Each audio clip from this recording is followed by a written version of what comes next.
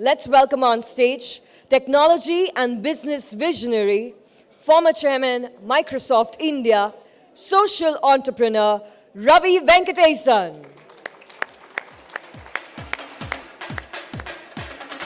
Is this mine? Good to go. Hey, can we settle down? Good evening. Hello.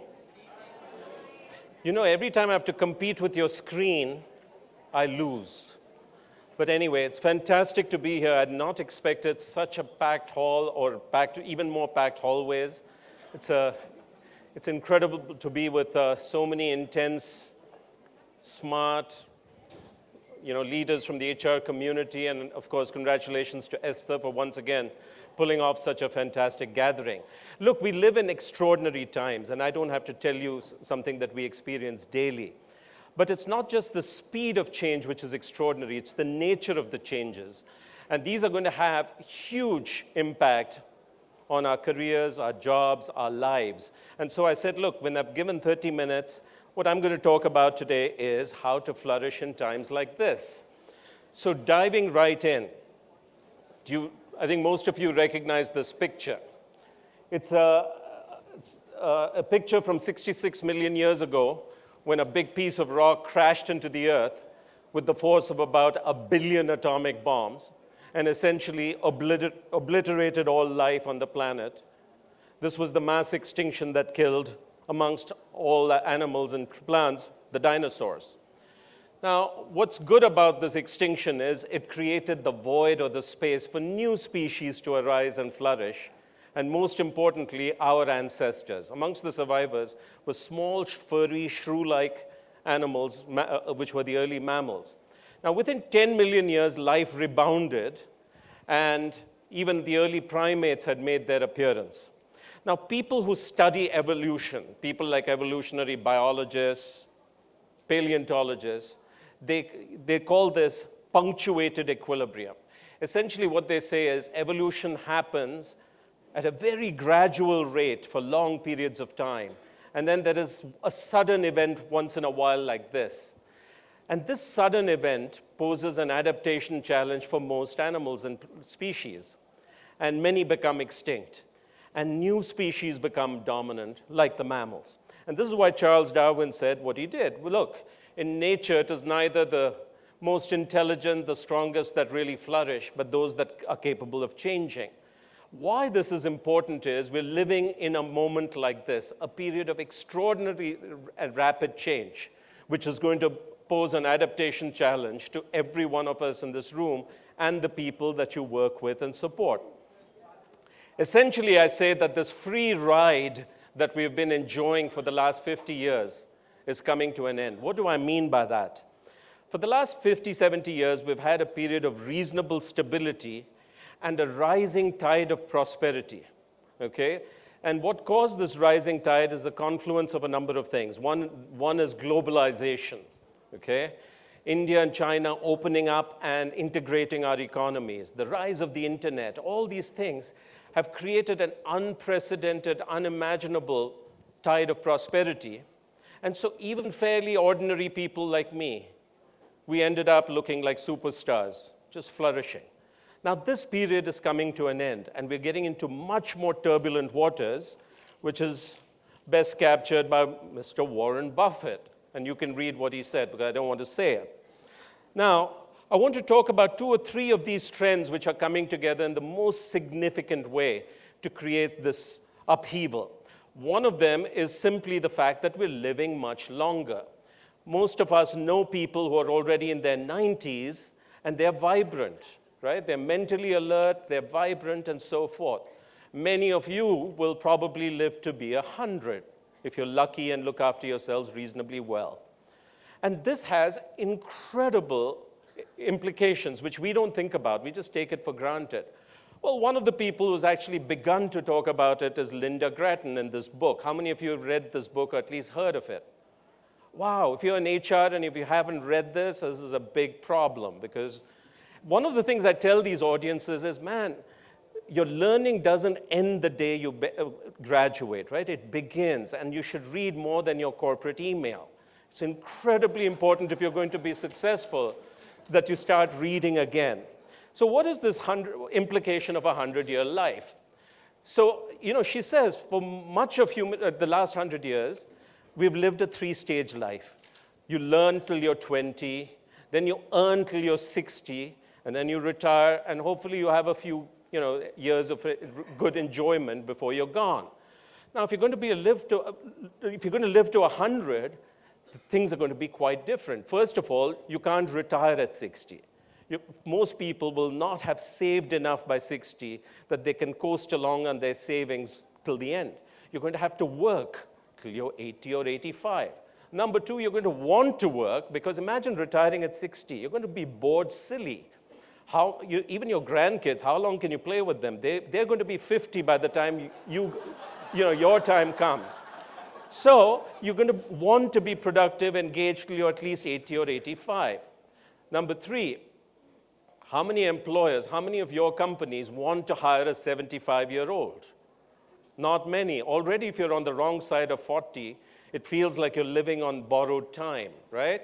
So what it means is you won't have a job, and yet you have to figure out how to make ends meet, which means what? Occasional job, project work, consultancies, gigs, and sometimes a mixture of these things. Also, it has significant implications for learning, right? Hey, the first programming language I learned was Fortran at IIT Bombay. How many of you have even heard of Fortran? Well, this is an older audience than I expected. In Bangalore, not many hands would go up. But the point is, what it means is we're going to have to reinvent ourselves many times along the way. And most of all, we've got to be capable of handling many transitions in this period of time. Huge, huge implications that we don't think about. The second thing, which I'm sure others have addressed earlier today, is this whole changing nature of work. Look, we're well along in the fourth industrial revolution, okay? And you can begin to see that this is a bigger tsunami than any of the 3 previous industrial revolutions that came before it, right? Because this is not simply about software and advances in IT and so forth. What we are seeing is something more extraordinary with bigger, more profound implications. You're seeing physical systems, software, and life itself begin to integrate, okay? Creating things with unimaginable possibilities. So you know about gene editing and this tool called CRISPR, and we can design life to have various characteristics. 3 weeks ago, Elon Musk came out with his new startup. I forget what it's called, but essentially they're planting 3,000 electrodes in the brain using micro-robotics, and they connect you to a computer, and suddenly, magically, a person who's been paralyzed is now able to locomote, feed himself. That's just the beginning.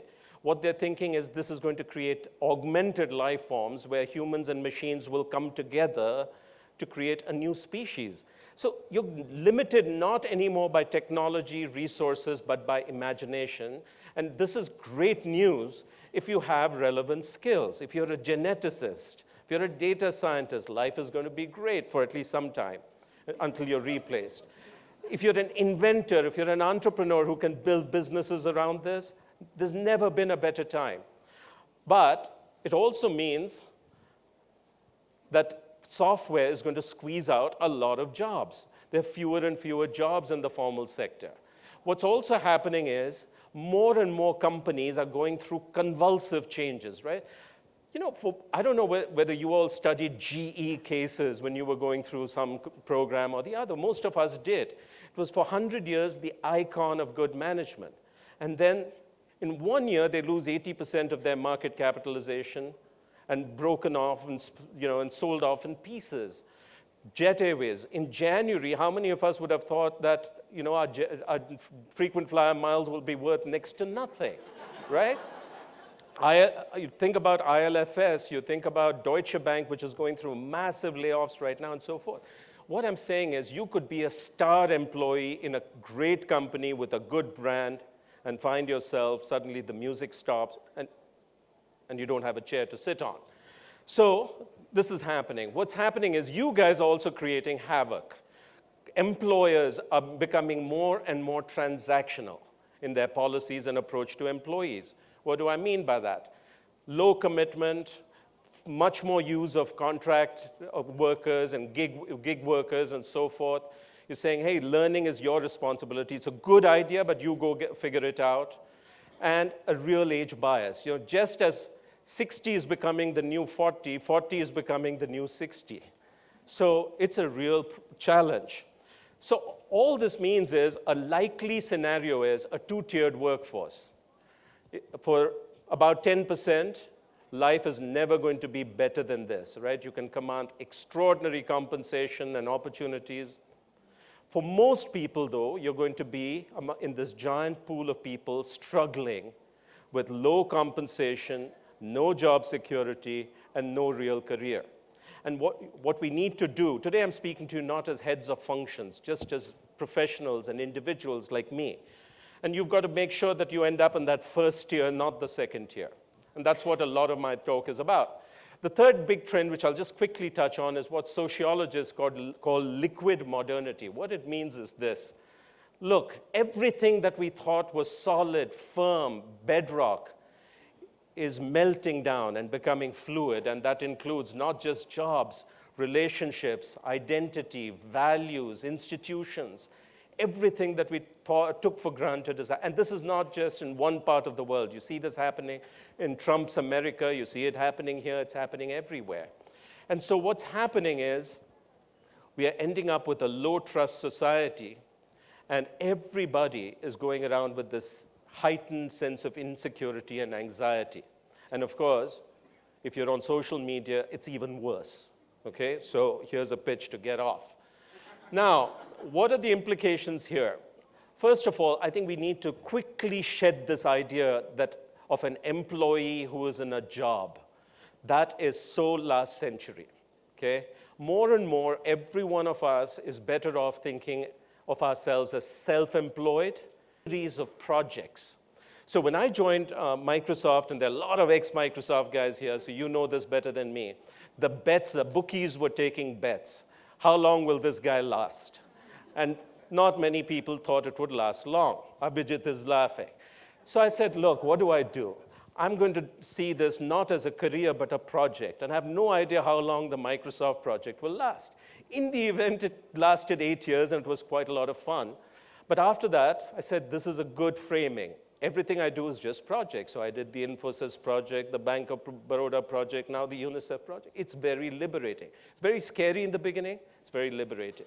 The second thing is, when you think about career, my father's generation, those who had a job, essentially saw themselves entering a tunnel and coming out 40 years later, okay? Now, my generation was not so lucky. We had to navigate 3 tunnels. Your generation and the ones that after us, there's no tunnel at all. What you have to think of life as, your career as, is Harry Potter and the Goblet of Fire, the maze. Okay, so you're going through this maze, trying to find your way, and in between, amazing things happen. Some are good, some are bad, and you've got to find a way to stay alive and get out. So you have to have an explorer or adventurer mindset going through a maze, and which is why the future is going to disproportionately reward people like this, people who can take risk, learn new things quickly, adapt to change, navigate transitions, and so forth. And the main message is on the left. Too many people today are going through their professional lives and their personal lives like a piece of driftwood that is carried along by the river. I think that is a really bad idea because it can end badly. What you need to do is be more intentional about your life, okay? And you better take charge of it. So this all throws up many, many questions. For instance, I would argue that mindset is one of the most important things which determines what's going to happen to you professionally and personally. So what does this success mindset look like? Fortunately, I'm going to talk about it. Second, I will also say that after the early years, the biggest enemy of your success is neither your mom, your spouse, your HR manager, or your boss. It is you. So how do you learn to get out of your own way? How do you get to a stage in life where you're not applying for jobs and calling headhunters, but they are chasing you? And so on. And then how much is enough? the event with at Coffee Day, who was actually Mr. Siddharth was a decent friend of mine. How much is enough is one of the central questions we will all have to answer. There will be points in our life when you reach a point where, you don't know what you want to do. You don't like what you're doing, but you stay holding on to it because you don't know what else to do. So what do you do when you don't know what to do? There are lots of questions like this. I'm writing a book about it. It's called What the Heck Do I Do with My Life? So this is an early pitch for that. Today I'll talk about the first four. For the rest, you'll have to buy the book. So let me start with the mindset. I call mindset the genome of success. A genome is basically the set of all genes in you. You are the physical expression of your genome. So I say the mindset is basically what determines what you're going to do with your life. How successful are you going to be? How happy are you going to be or not is determined by your mindset. And one of the most important things that I'll say is, what we were taught in childhood, seeing is believing. You've heard that? Is completely wrong. It is the exact opposite. Believing is seeing. Humans are different from every other animal in one important respect, which is imagination. We have the capacity to imagine things and create them. So we can see a piece of land and imagine a building or a house or whatever, and we can go out and build it. We can look at the moon and imagine going there, and with enough effort, we get there. So the ability to imagine what you're going to do with your life and the self-belief that you can get there determines ultimately what you do with it. And so I love this phrase that Henry Ford used. He says, whether you think you can or whether you think you cannot, you're right. It is self-fulfilling. And throughout our lives, we will meet people who say, well, you can't do this, okay? More importantly than others, the voice in your head that says you can't do it. It's important to squash that. Because what I would have learned in these 56 years of mine is, look, human potential, I want to say this, HR is dead wrong. For 30 years since Jack Welch wrote that horrible book, we've been sorting people into a 2x2 matrix of performance and potential, and I also did it for 20 years, okay? What I have learned in these last 10 is human potential is both unknown and unknowable. What you can do with your life, I have no way of knowing, neither do you. All I can say is that with imagination and hard work and passion and tenacity, each one of us can achieve vastly more than we give ourselves credit for, okay? That's the starting point. The more specific thing I want to talk about is this idea of fixed mindset and growth mindset from the psychologist Carol Dweck. Have you read her book? This must be some mandatory reading at XLRI. I'm sure of that by now. But anyway, so look, for those who don't remember what was going on in class that day. So the people with a fixed mindset believe everything happens at birth. Intelligence, capabilities, talents, these are determined at birth, and after that, you're stuck in that framework. People with a growth mindset believe, yeah, that's a starting point, but they're elastic, and through work and tenacity, you can achieve a great deal more. And what Carol says is these things show up very early. Those of you who have children, that two different children will see, how at age 5, they show early signs of this thing.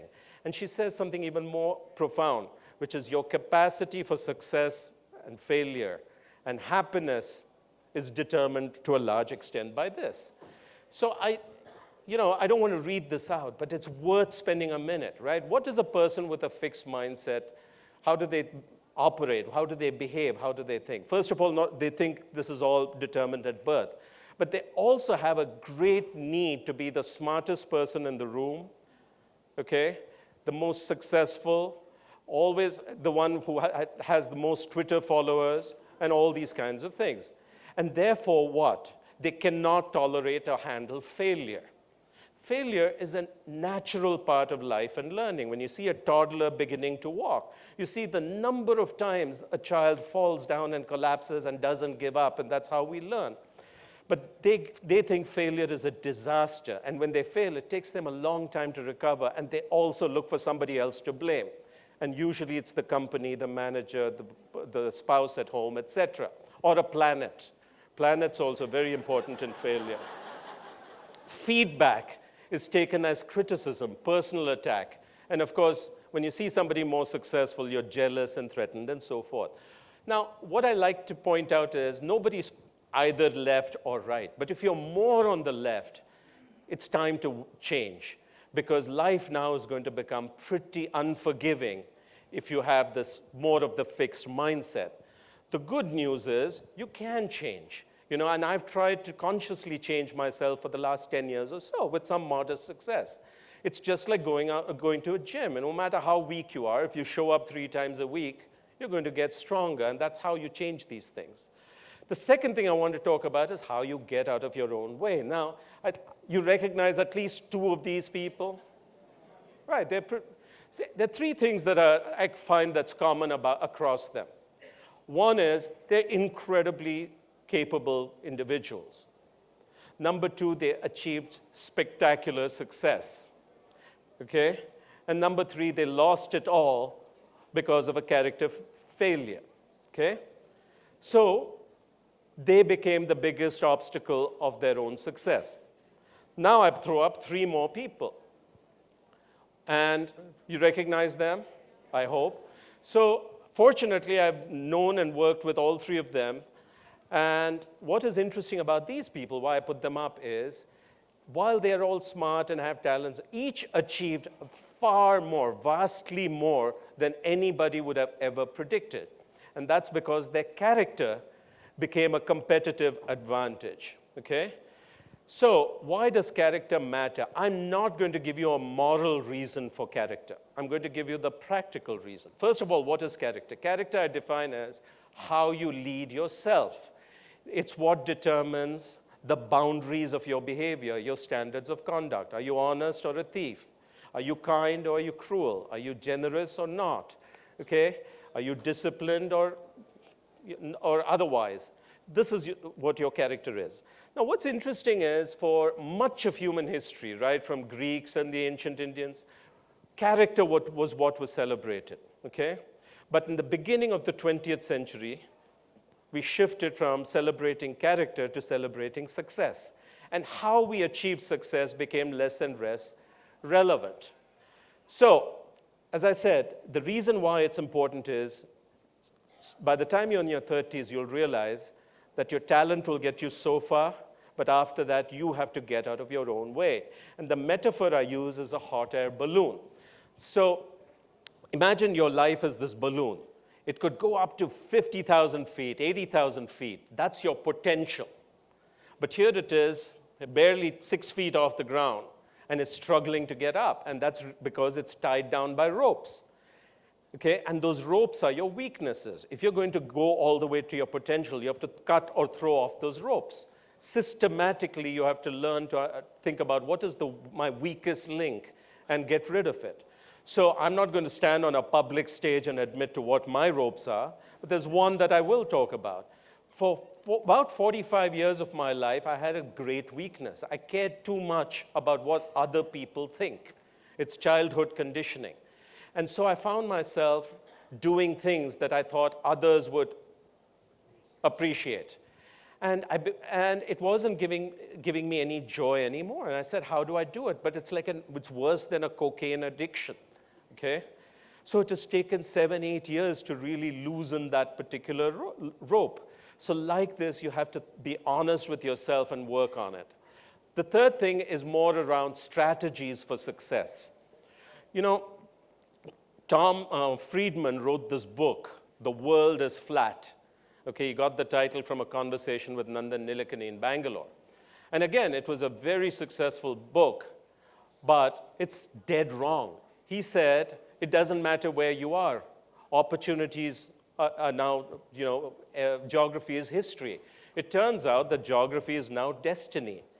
Where you are matters profoundly. So what I'm saying in this whole slide is, you better move towards opportunity-rich areas. If you're a young woman born in Afghanistan, it doesn't matter how talented you are, how hardworking you are, there's only so much you can achieve because it's an opportunity desert.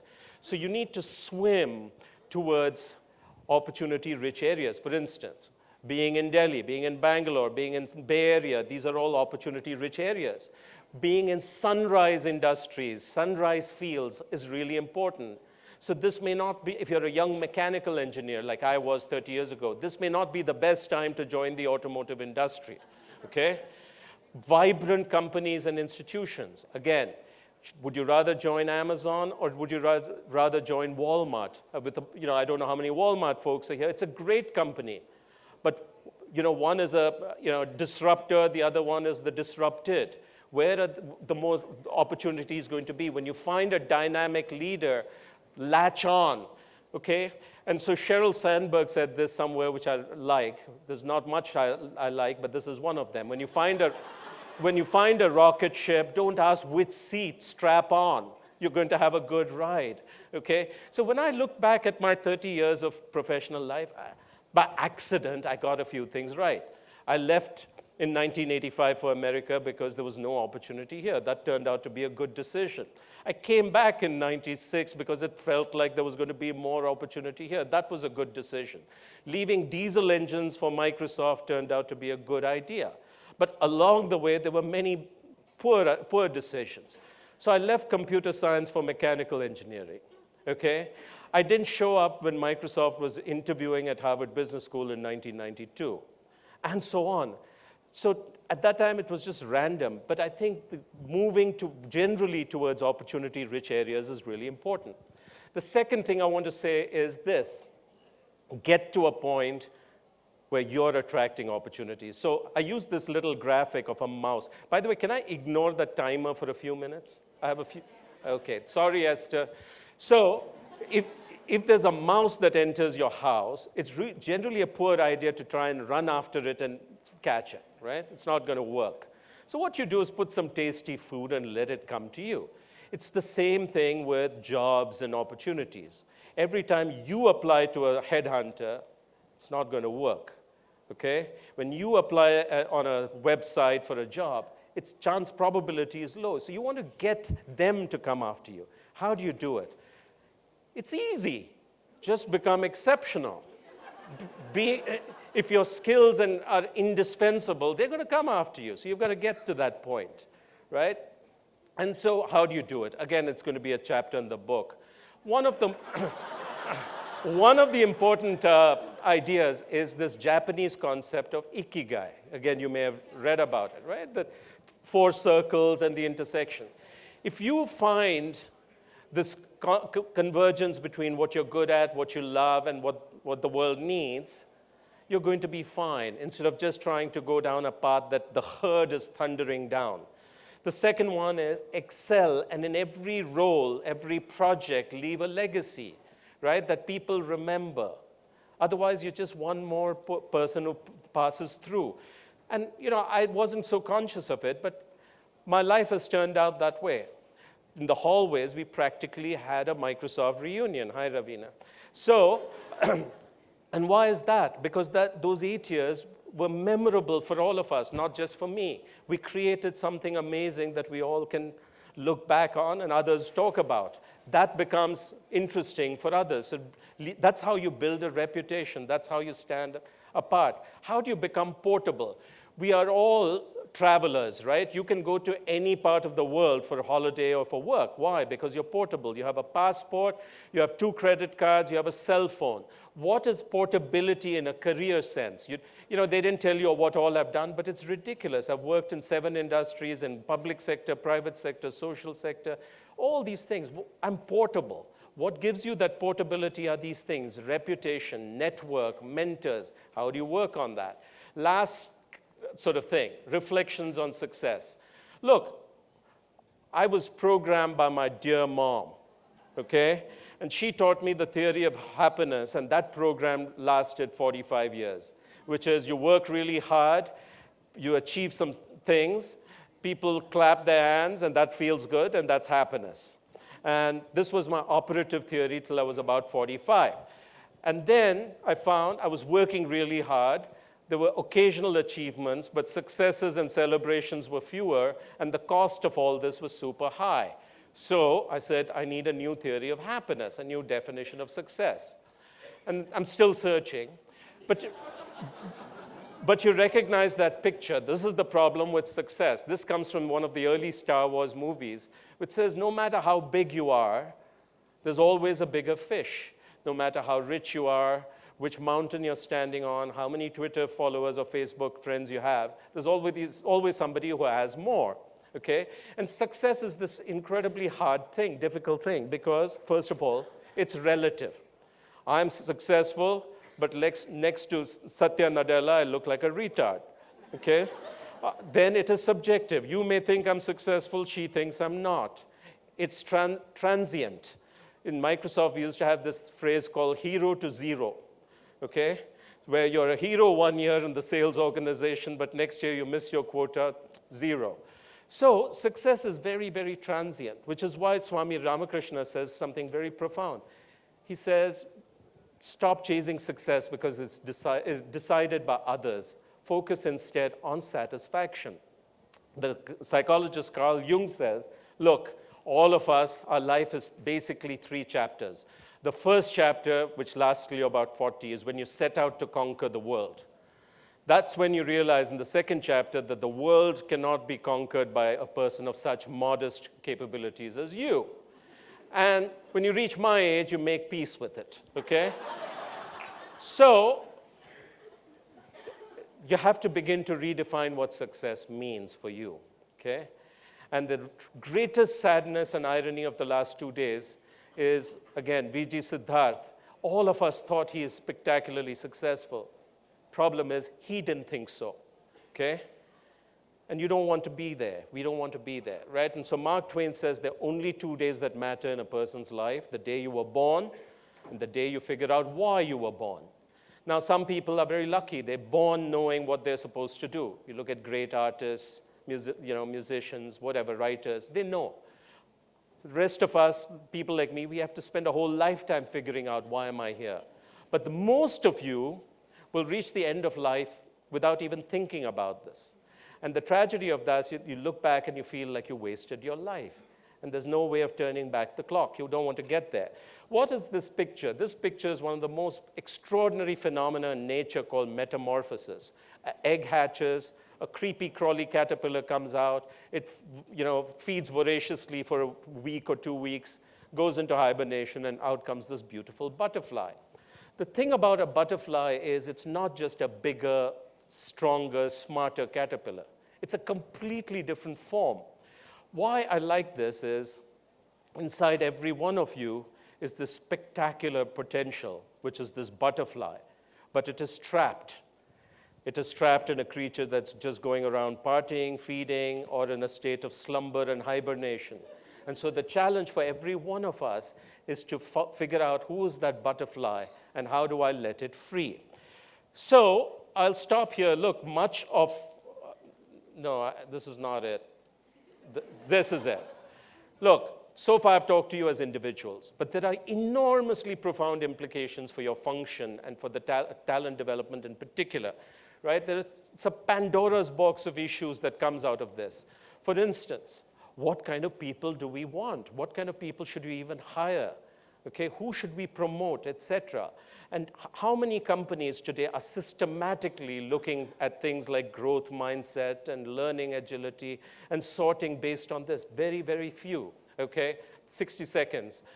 The second thing is HR and our policies, right? Things like compensation policy, how much outsourcing you do. So in the automotive industry, for instance, more than half the workforce are temporaries and contract workers, okay?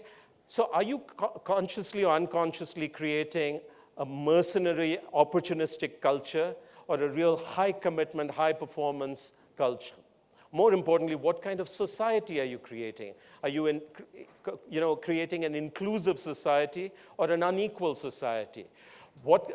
every one of our people, whether the entry-level new hire or the CEO, these are completely new ideas. How are we helping them think about and become more reflective and intentional about their careers, and so on and so forth? Amazing number of questions. We need a revolution in HR. Hopefully some of you are going to be the revolutionaries. Again, thank you so much for your time. I wish you all success. Well, if you feel truly as enlightened, ladies and gentlemen, as I do, then let's bring the roof down. Come on, a louder round of applause. Ravi Venkatesan, who very politely says, that's what Warren Buffett said, and you should read it because I don't want to read it. But thank you so much, sir. Thank you so much for being here and sharing a wealth of knowledge.